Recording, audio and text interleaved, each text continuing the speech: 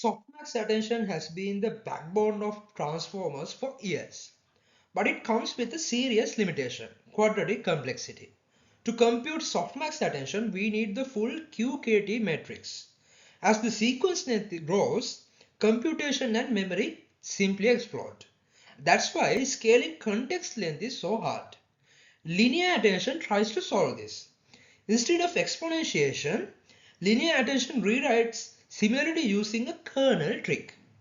This allows us to reorder computation from QKT times V to Q times KT V. Now the complexity becomes linear in sequence length. So far so good. But there is a catch. In practice, linear attention consistently underperforms softmax attention. And for a long time the reason wasn't fully clear.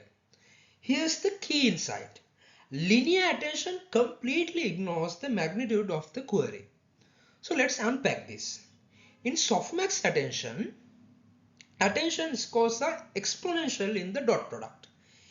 If the direction of the query stays the same but its magnitude increases, the attention distribution becomes sharper and more selective.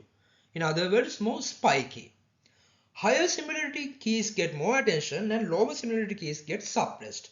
This is why softmax attention naturally learns locality. Now contrast this with linear attention. In linear attention, the query is mapped through a kernel, say psi of q. You can decompose this into magnitude and direction. And when you plug this into the linear attention formula, the magnitude term cancels out completely. So what does that mean? No matter how large the query becomes during training, the attention distribution stays almost the same. So linear attention preserves direction but loses the ability to adapt attention sharpness. That's the root cause of the performance gap. So magnitude is not optional, it's fundamental.